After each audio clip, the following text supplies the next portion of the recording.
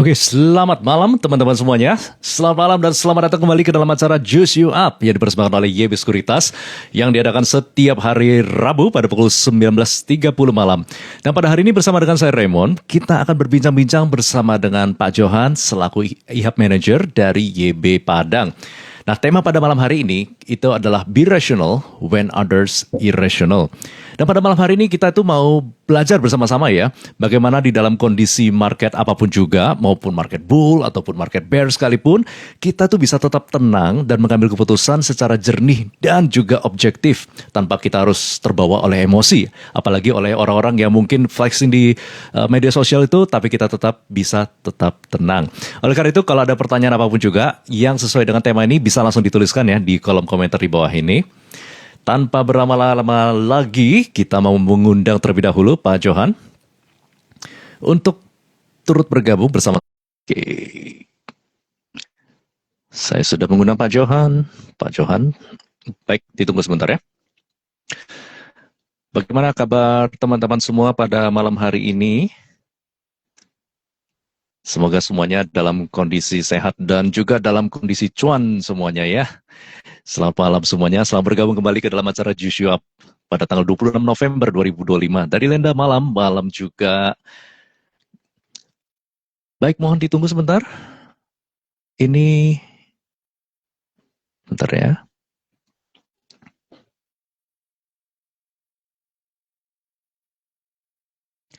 Pak Johan, apakah sudah bisa bergabung Pak Johan?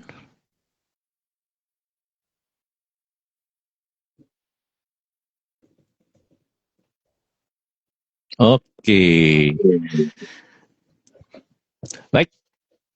Selamat malam Pak Johan. Malam Pak Raymond. Oke Pak Johan. Gimana Pak kabar market pada hari ini Pak? Kiranya hari ini ISG bikin all time high lagi ya. Oh, TPL lagi ya? 8.600. Iya. Oke, luar biasa. Hari ini transaksi cukup besar tapi masih ada net sell ya ternyata.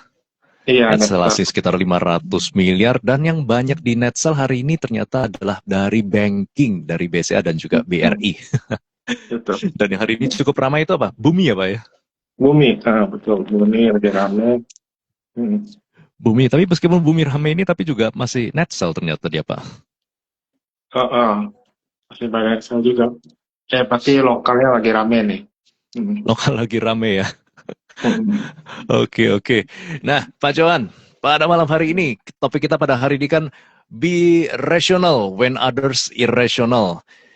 Boleh nggak Pak Johan, bisa dijelaskan sedikit latar belakang kenapa, apa sih maksud daripada tema ini Pak, Be Rational When Others Irrational, dan kenapa tema ini sangat penting untuk dibahas pada malam hari ini?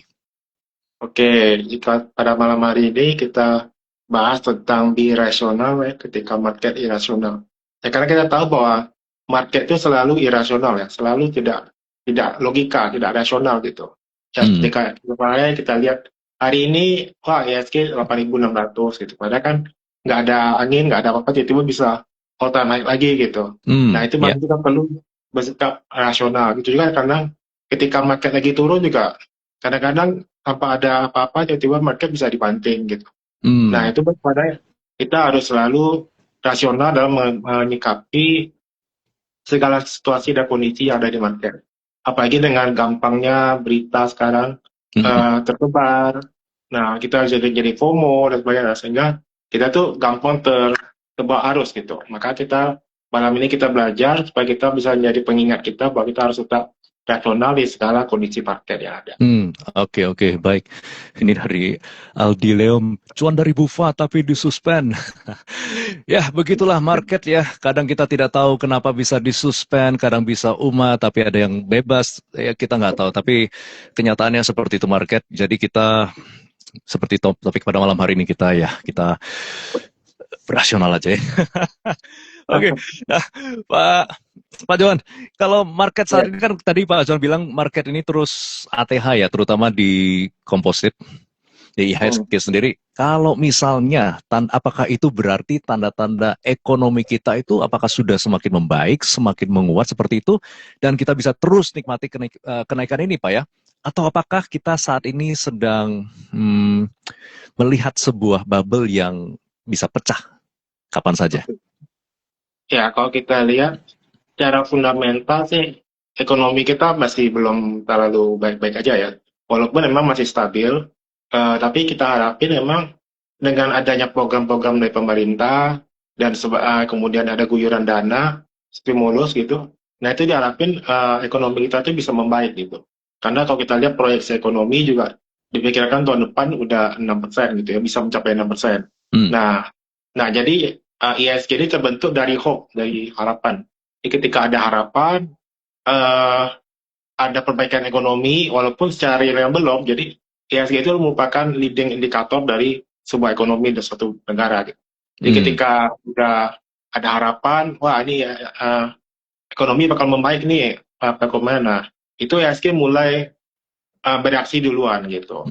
Jadi kalau kita katakan bubble sih belum, karena itu masih jauh ya, karena kita lihat memang perusahaan-perusahaan itu emang secara garis besar juga ada yang bertumbuh. Kayak kita lihat kayak saham perbankan gitu ya, itu kan laporan keuangan juga masih bagus gitu. Jadi masih menunjukkan adanya suatu pertumbuhan. Nah, kalau kita lihat kenapa ini bisa ATH terus, ya mungkin karena tadi ada hope tadi, dan kemudian kita juga melihat itu ada momentum akhir tahun gitu. Jadi mau masuk bulan Desember, nah itu orang pada mulai persiapan seperti itu. Oke. Hope dan juga ada potensi untuk window dressing akhir tahun ya Pak ya. Nah sebenarnya kalau begitu, apakah sampai saat ini IHSG itu masih bisa dijadikan acuan Pak untuk kekuatan ekonomi di suatu negara? Maksudnya memang kalau di Amerika seperti itu ya, tapi dengan ada kayak seakan-akan ada kejomplangan ya Pak ya antara LQ45 dengan IHSG sendiri Pak. Ya, jadi kalau kita lihat emang saham LQ45 ini agak tertinggal dibanding dengan kinerja IHSG, itu bisa kita lihat ya.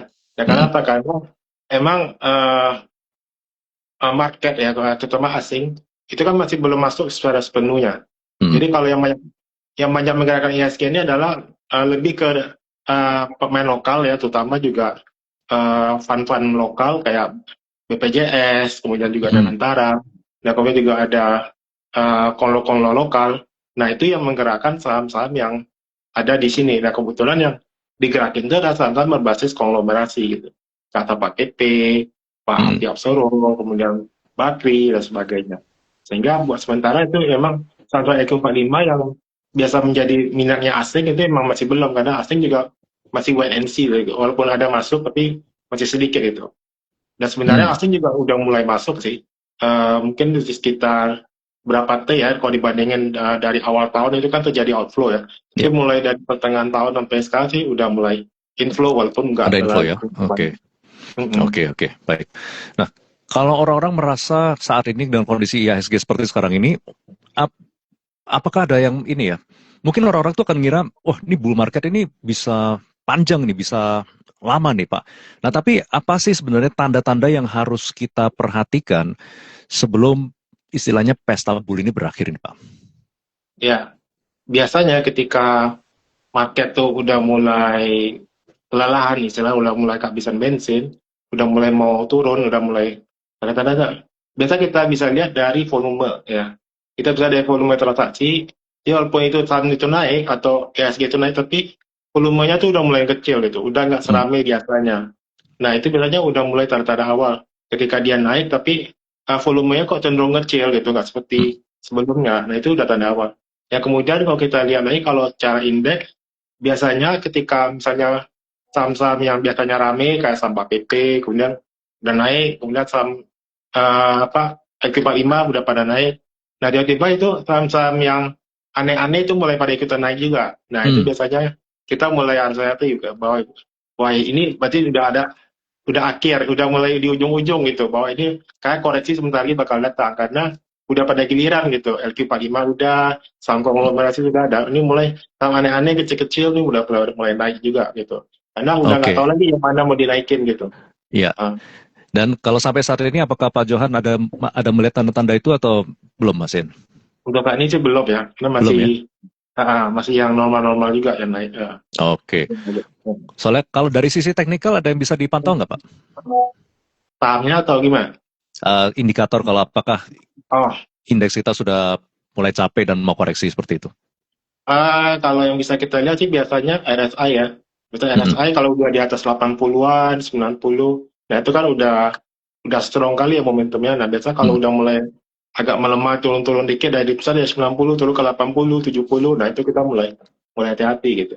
Mm. Apalagi ketika dia bikin new high, ya bikin new high, tapi indikatornya malah tetap turun gitu, momentumnya turun. Mm. Iya, nah itu biasanya udah tuh tanda-tanda Nah, juga.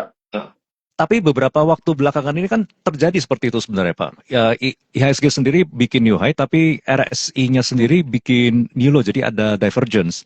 Tapi iya betul. ternyata Nah, tetap kuat ya. ini yang dikatakan salah satu market irasional itu seperti itu, karena ketika walaupun indikator dalam ikut seperti itu, kita kan Hmm. mulai waspada biasa gitu. Nah, tapi ternyata market berkehendak lain gitu, market berkata lain sehingga dia Hmm. tetap melanjutkan all time high yang biasa. Jadi itu adalah satu tarikan terakhir lagi sebelum Hmm. benar-benar turun gitu. Jadi itu pancingan bisa juga seperti itu. Pantingan ya. Uh, Hmm. Menarik, menarik sekali. Jadi memang kita kadang-kadang kita membuat asumsi, oh secara teknikal ini seperti ini, teorinya dia harusnya koreksi, tapi kenyataannya enggak. Jadi kita ikutin aja ya apa yang menjadi iya, kemauan market, karena market selalu benar ya Pak ya. gitu. Oke, oke, oke. Ya, oke. Nah, ada banyak saham yang naik bukan karena semata-mata karena kinerja atau fundamental yang membaik, Pak, tapi karena rumor, karena spekulasi, ataupun karena adanya story. Gimana caranya kita sebagai trader itu bisa memfilter informasi di masa-masa seperti sekarang ini, Pak? Ya, di masa sekarang ini memang informasi gampang sekali didapat ya. Kita bisa lihat dari media sosial, di mana-mana, bahkan di TikTok juga ada, di news-news banyak. Tapi untuk mencari berita yang valid, tentu kita harus patokannya ke IDX ya, ke IDX. Biasanya itu ada keterbukaan informasi.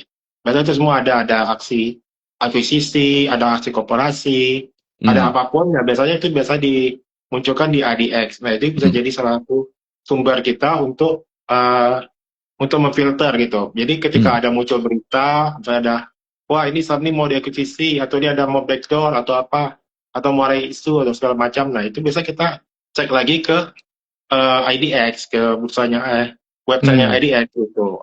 Di sana kita bakal dapatkan informasi yang benar-benar valid gitu. Oke. Yang kedua, mungkin kita gunakan common sense ya. Kita juga harus gunakan common sense dan logical thinking kita untuk sebagai filter gitu. Jadi ketika ada muncul berita yang terlalu bombastis, nah kita harus uh, analisa ulang gitu. Ini masuk akal apa enggak? Ini benar nggak sih gitu. Nah, Hmm. nanti kita udah jadi salah satu filter kita juga gitu.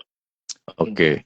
Tapi memang secara jujur ya Pak ya, kalau kita mungkin cenderung lebih senang atau lebih sering cari berita itu kan dari Instagram kah, dari Iya, atau dari grup-grup gitu dibandingkan dengan mencarinya di IDX gitu ya Pak. iya, betul. Iya. Oke, emang lebih lebih lebih gampang, lebih nyaman gitu Itu sepertinya. Pak. Lebih cepat juga ya. Nah, kalau dari menurut Pak John sendiri kapan ya sebuah hype itu atau sebuah story itu dapat kita manfaatkan dan kapan harus kita jauhi, Pak? Ya, hype itu suatu yang bagus sebenarnya ya. Sesuatu yang bisa kita manfaatkan. Nah, yang paling bagus itu adalah ketika kita ngikutinnya mulai dari awal permulaan hype itu sendiri gitu. Jadi Hmm. jangan sampai kita ketinggalan hype. Ketika hype-nya udah selesai, kita baru mau ikut. Nah, itu kita udah telat gitu. Jadi yang paling bagus itu adalah ketika di awal-awal hype. Jadi kayak kemarin misalnya tren kenaikan harga emas itu kan saham-saham yang related dengan gold itu kan pada naik semua gitu. Hmm. Dan artinya kita lihat seperti itu ya kita itu kan bukan hoax ya, maksudnya bukan bukan suatu berita yang fake news, bukan apa karena kita Hmm. bisa cek wah ini harga emas memang benar naik gitu, bukan Hmm. karena dipom-pom segala macam gitu, karena dia kan biasa komoditi. Nah, tinggal kita cari saham-saham yang related dengan emas gitu, kayak ARCI, Harta, Antam, PSAB, ya, seperti Hmm. itu. Nah, jadi kita bisa manfaatin momentumnya seperti itu, hype-nya seperti itu gitu. Nah, kalau kayak sekarang ini misalnya kan hype-nya lagi Superbank nih, Superbank mau IPO. Nah, Hmm. itu kan Ya. ya ini masih baru awal gitu. Nah, kita bisa manfaatin momentum itu. Dengan ya, karena kita tahu bahwa Superbank ini kan related dengan grup MTEK ya, grup MTech ya. Hmm. nah kita bisa lihat saham-saham yang related dengan itu kayak MTK, SMI, dan itu kan sebenarnya udah mulai bergerak juga gitu. Kemudian juga Hmm. bank digital gitu, karena kan Superbank ini kan juga bank digital. Ya. Ya. Nah, itu juga bank-bank kecil, bank-bank digital itu juga sebenarnya udah mulai bergerak gitu. Hmm. Oke, oke, oke. Berarti memang kita harus ini ya, harus jeli sama teliti juga ya Pak ya. Iya betul. Terus kalau misalnya kalau kita berbicara mengenai fake news ya, fake news sendiri kan kadang-kadang memang sengaja ditebar gitu untuk memberi kesempatan ditebar oleh big player istilahnya untuk mancing retail supaya mereka itu bisa jualan ya Pak. Gimana Hmm. gimana cara kita bisa tahu kalau news itu sebenarnya memang disengaja tuh digoreng untuk supaya kita masuk dan supaya mereka bisa jualan. Nah, itu kita bisa lihat dari volumenya bisa. Cuma yang paling menentukan itu dari broker summary. Nah, kita bisa lihat di broker summary pada sore harinya. Biasa kalau sekarang Hmm. kan ditutup.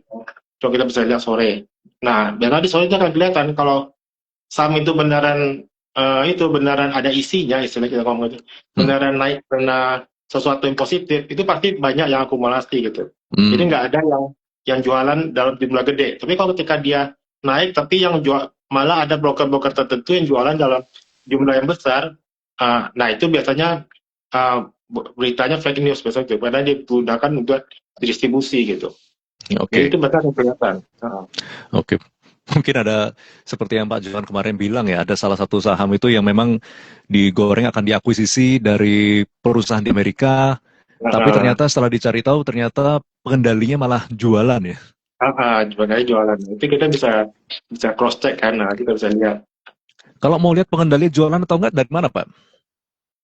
di keterbukaan informasi itu ada laporan itu kan biasanya kan setiap ada apa yang di atas 5% lakukan jual atau beli kan dia mesti laporkan ke SEI, ke IDX.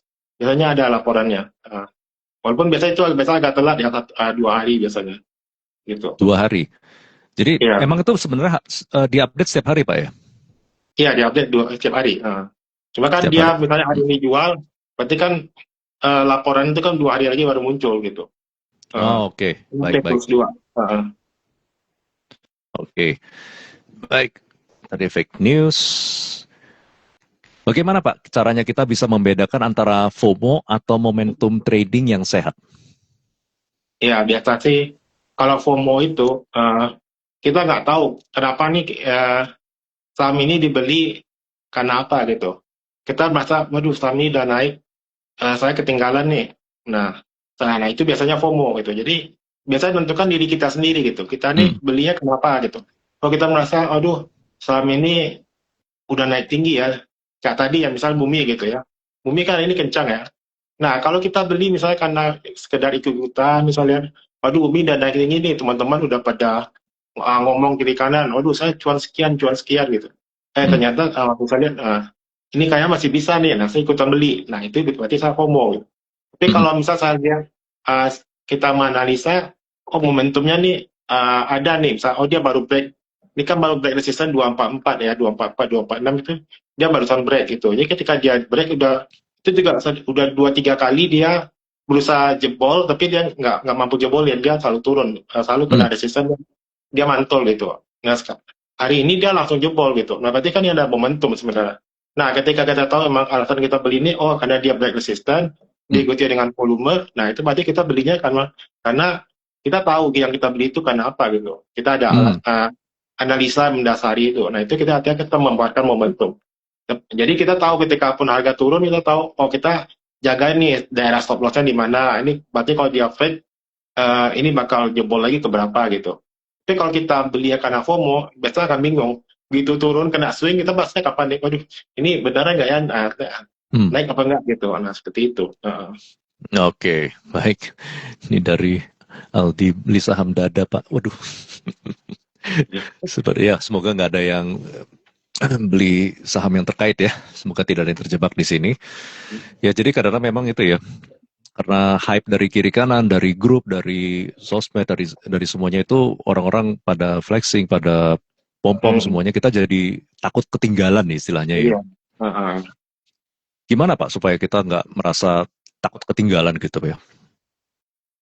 Yang pasti kita harus cek dulu ya. Kita harus punya keyakinan, kita harus punya pengetahuan juga. Ya kenapa sih saya beli saham ini gitu. Ya jadi kalau kayak tadi ya, kayak Mina gitu ya. Hmm. Mina itu kan udah arah ya.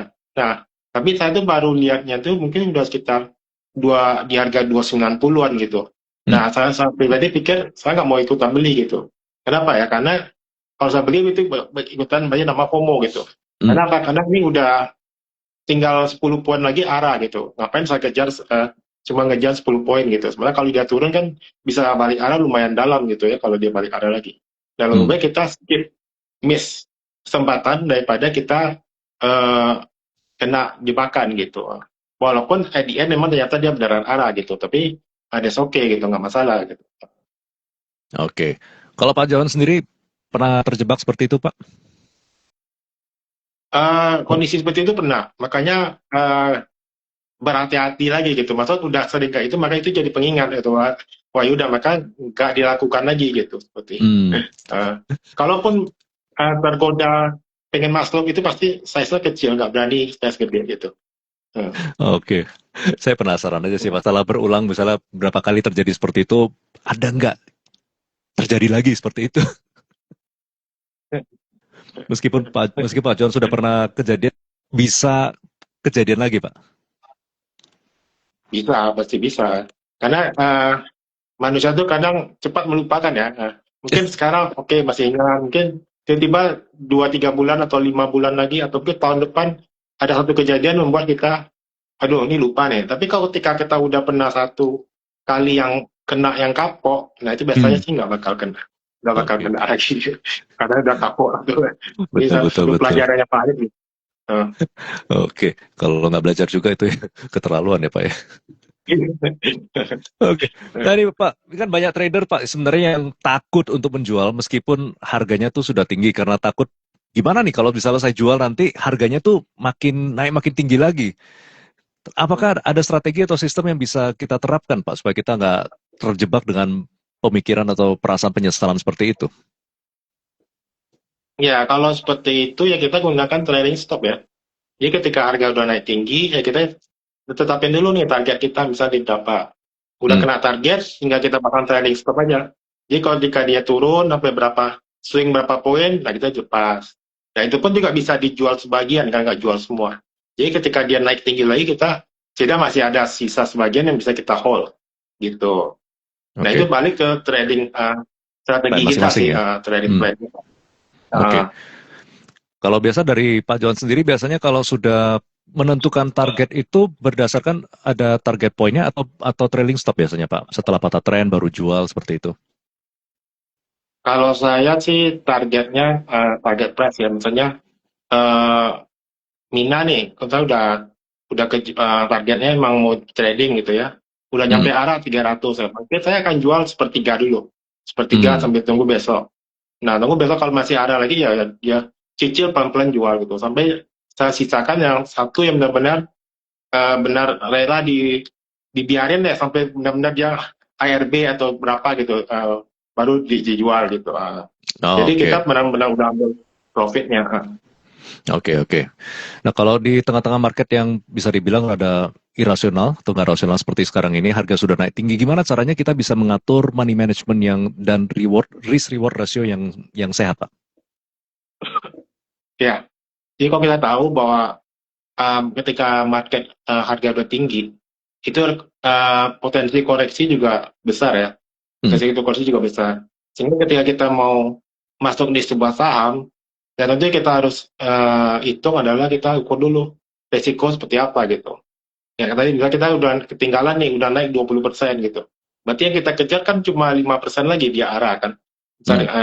Nah sementara risiko kita ukur tuh berapa yang kita siapin buat dia drawdown dia gitu, buat dia swing ke bawah.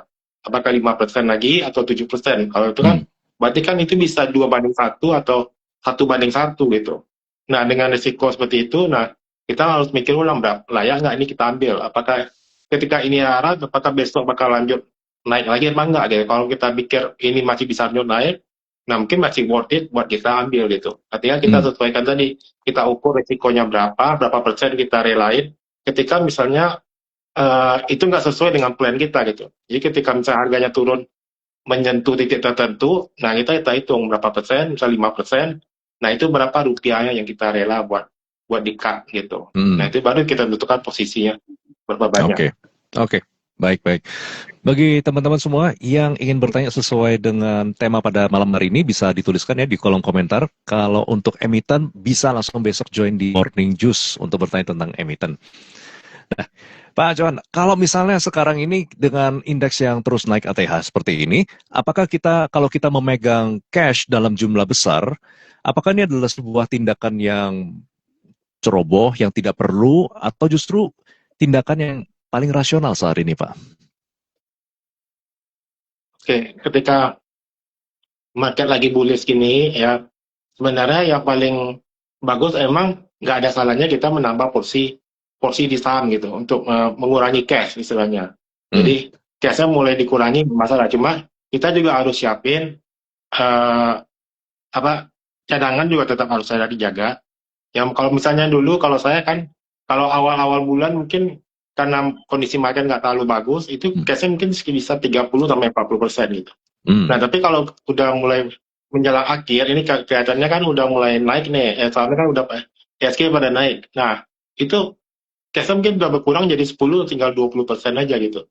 Sambil saya juga jagain saham yang dibeli itu juga nggak di hold untuk jangka panjang, untuk lama. Karena kita tahu bahwa harga udah tinggi, cenderung rawan buat koreksi juga besar juga gitu. Jadi hmm. penting juga disiplinnya juga harus lebih ketat lagi gitu. Karena ketika kita main di ketinggian, kalau jatuhnya pasti sakit. Maka harus dijagain dengan stop loss yang ketat juga Ya, gitu. ya. Ya, karena saya pernah dengar juga ada orang yang strateginya itu kalau misalnya saham itu sudah atau indeks itu mendekati ATH-nya, secara otomatis dia akan mengurangi porsi cash-nya sedemikian rupa. Dan kalau sudah jatuh berapa persen, terus dia baru kurangin porsi cash-nya gitu, seperti itu, Pak. Hmm. Jadi memang strategi orang dan ininya beda-beda ya. Ya, Oke, ini Pak, ada pertanyaan nih. Pak, kalau cara tahu set harga TP di saham itu berapa, gimana ya Pak ya caranya? Dan biar konsisten juga. oke. Untuk menentukan TP itu ya kita bisa menggunakan resisten biasanya. Itu hal yang paling umum gitu ya. Tapi kalau kita bicara tentang trader ya. Kalau trader itu berarti nentuin tentang support resisten.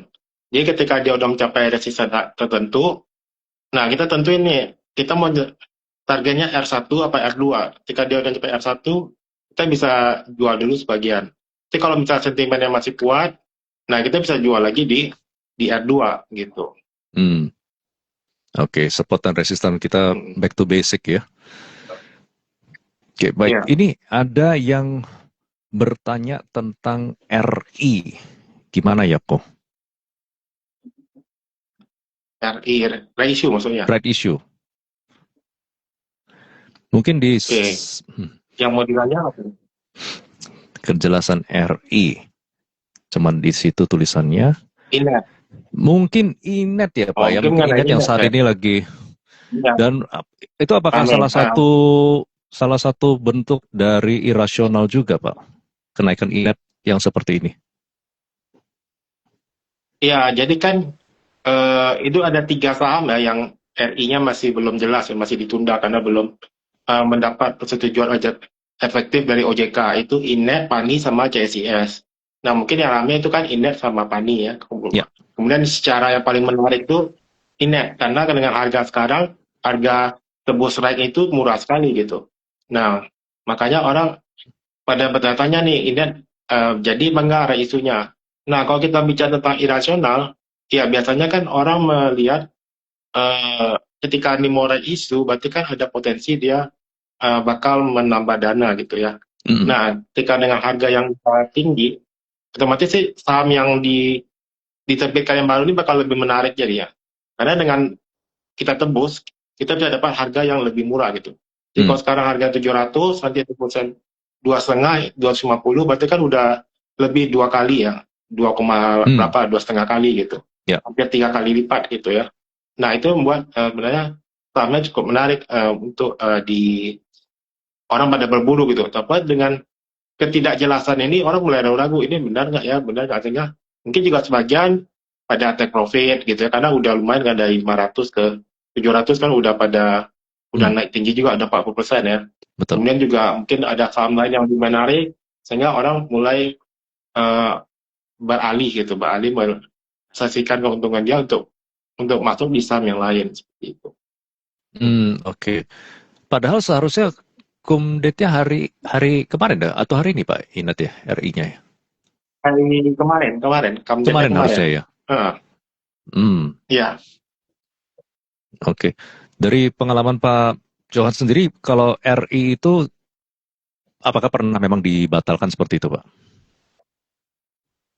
mestinya sih enggak ya, karena ini kan masalahnya di regulator ya, bukan dari emitennya sendiri. Hmm. Kecuali emitennya yang membatalkan memang nggak jadi, itu beda. Kalau ini kan lebih ke arah urusan administratif gitu, karena dia belum Hmm. mendapat persetujuan dari OJK. Nggak tahu kendala di OJK ada apa, kita nggak tahu. Nah, cuma kan berarti dari sisi emitennya nggak ada masalah dan tidak ada niat untuk membatalkan gitu. Eh, Oke, baik, baik kalau begitu. Nah, Pak Johan, ada nasihat apa yang bisa diberikan Pak Johan kepada para trader saat ini agar bisa tetap rasional, tetap jernih pikirannya, agar tidak terjebak dalam kondisi pasar yang tidak rasional, Pak? Oke, yang bisa kita lakukan yang pertama mungkin kita fokus pada stok universe kita masing-masing ya. Karena tiap orang masih punya stok universe masing-masing gitu, beda-beda gitu. Nah, kemudian kita dengan segala kondisi market yang ada, itu biasanya akan muncul saham-saham yang di luar universe kita yang mungkin akan menarik perhatian kita.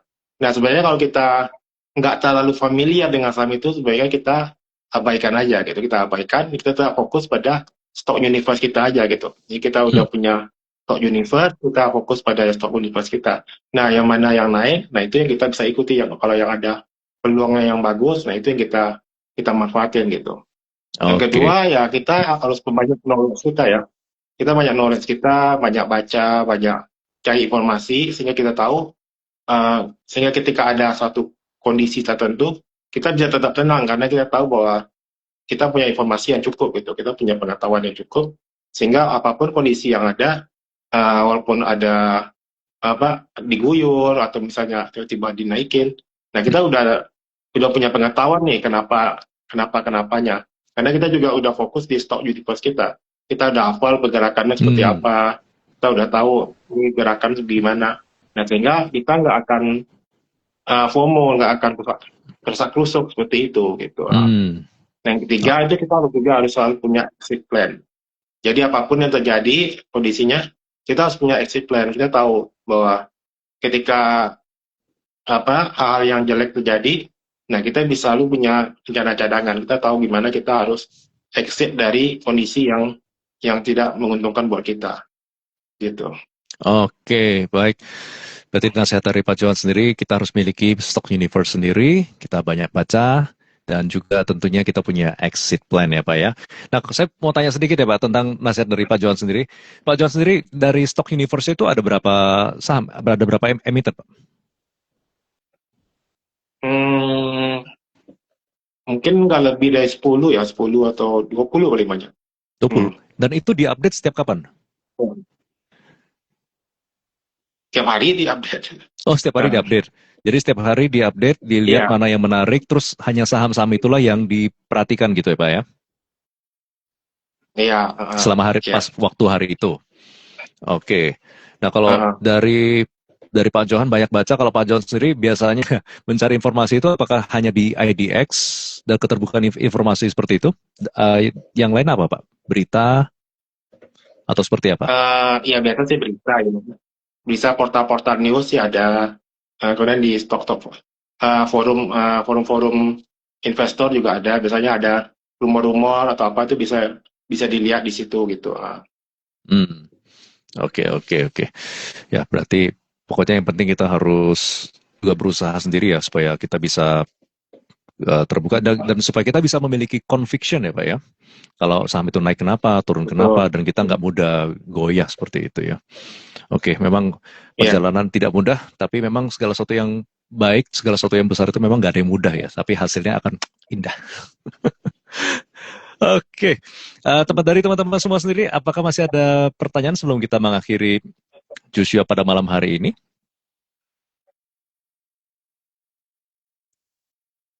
Oke, kelihatannya sudah tidak ada pertanyaan lagi pada malam hari ini. Bagi teman-teman yang bertanya tentang emiten, besok bisa join di Morning Juice setiap harinya, ya, Senin sampai Jumat pada pukul 8.15 sampai dengan pukul 8.45 pagi. Dan jangan lupa juga setiap harinya, sekarang Senin sampai Jumat nanti akan ada live trading juga di sesi 2. Dan bagi teman-teman yang tertarik untuk mengikuti live trading juga bisa daftar di yb.co.id.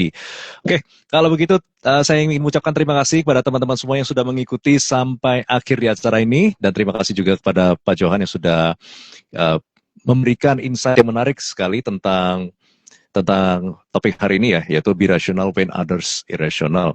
Oke, nih rekomendasi saham besok, ya besok aja ya. Ikuti Morning Juice besok akan ada rekomendasi saham untuk besok pagi. Oke, kalau begitu bersama dengan saya Raymond dan juga Pak Johan kita mohon pamitan terlebih dahulu. Ya, Oke, sampai jumpa. Malam. Ini Prina Kamsyako, Kamsya juga. Ya, Sampai jumpa semuanya. sampai jumpa. Bye-bye.